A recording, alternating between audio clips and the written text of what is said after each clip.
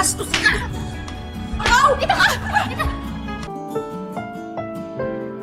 Ang susunod na programa ay rated PG. Ito ay nangangailangan ng patnubay at gabay ng magulang para sa mga batang manonood.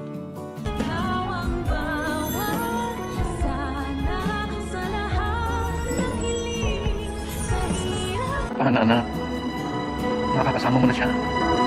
Sa tuluyan niyang pagkakaroon ng malay ni Lolo Pepe ay meron siyang matinding pasabog kay Giselle na labis namang ipagtataka ni Giselle kung sino ang tinutukoy ng kanyang papa na makakasama na nito. Na alam naman talaga natin kung sino ang tinutukoy ng matanda at ito'y walang iba nga kundi ang anak ni Giselle na akala niya ay patay na. Mas intense pa po ang magiging kaganapan sa pagitan ng mag-inang Giselle at Justin. Dahil sa muli nilang paghaharap ay hahanapin ni Giselle si Justin at sasabihan ba naman ito at pagbibintangan na baka ito ang mastermind sa pagdukot kay Lolo Pepe na agad naman ikapipikon ni Justin. Sabay sagot niya sa kanyang nanay na kung meron daw siyang pagtatangkaan ng buhay dito ay walang iba kundi si Giselle. Kaya naman si Giselle ay gulat na gulat dahil hindi niya naman akalain na masasagot siya ng gano'n ng babaeng ito na hindi niya naman kilala. At ang pakilala nga lang ni Lolo Pepe sa kanya ay isang kaibigan. Kaya naman hindi na mapipigilan ni Giselle ang sampalin si Justin. Pero hindi din naman papatalo si Justin at masasampal niya din ang babaeng pinamigay siya sa ibang tao. At makikilala na nga din natin ang guardian ni Justin na walang iba kundi si Tonton Gutierrez. At kung paano niya mababago ang buhay ni Giselle ay ang dapat natin abangan. Samantala, mukhang lumalala na talaga ang sitwasyon ni Lynette